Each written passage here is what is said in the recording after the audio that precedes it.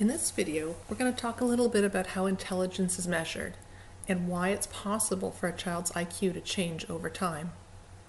When we talk about a person's intelligence, it's really important to understand that IQ can't be measured with a blood test or a brain scan. Intelligence is more like an idea that people discuss or debate. What makes a person intelligent? Researchers and test developers create IQ tests based on theories of intelligence. Research has shown how IQ is related to other things like success in school or in a job. The tests usually include a number of different subtests measuring the different skills that are important. The overall score represents a kind of average of all the different areas that were tested. IQ can be estimated in children as young as preschoolers, and there are really good reasons to do this in some cases. But we also know that when we estimate IQ in young children, it may change over time. The older the child is when the IQ test is given, the more stable the IQ score tends to be over time. Can a person's IQ change over time?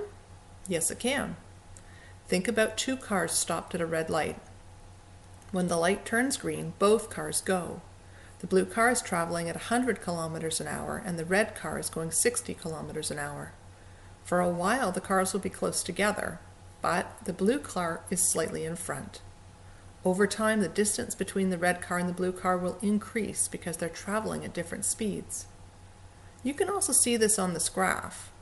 Suppose two children have IQ testing when they're 5 years old and again when they're 12 years old. At the age of 5, child number 1 answers this many questions right on an IQ test.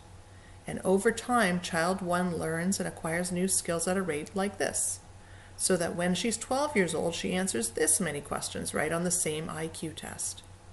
Now, when child 2 is 5 years old, he gets a score that is slightly lower than child 1.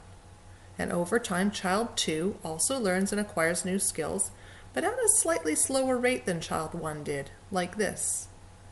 When child 2 retakes the test, his scores look like this. Over time, the gap between the kids has widened. IQ scores are measured relative to the performance of other children in terms of standard scores and percentiles. Just like when the gap widened between the two cars that were traveling at different speeds, the gap widens between two children who are developing at different rates.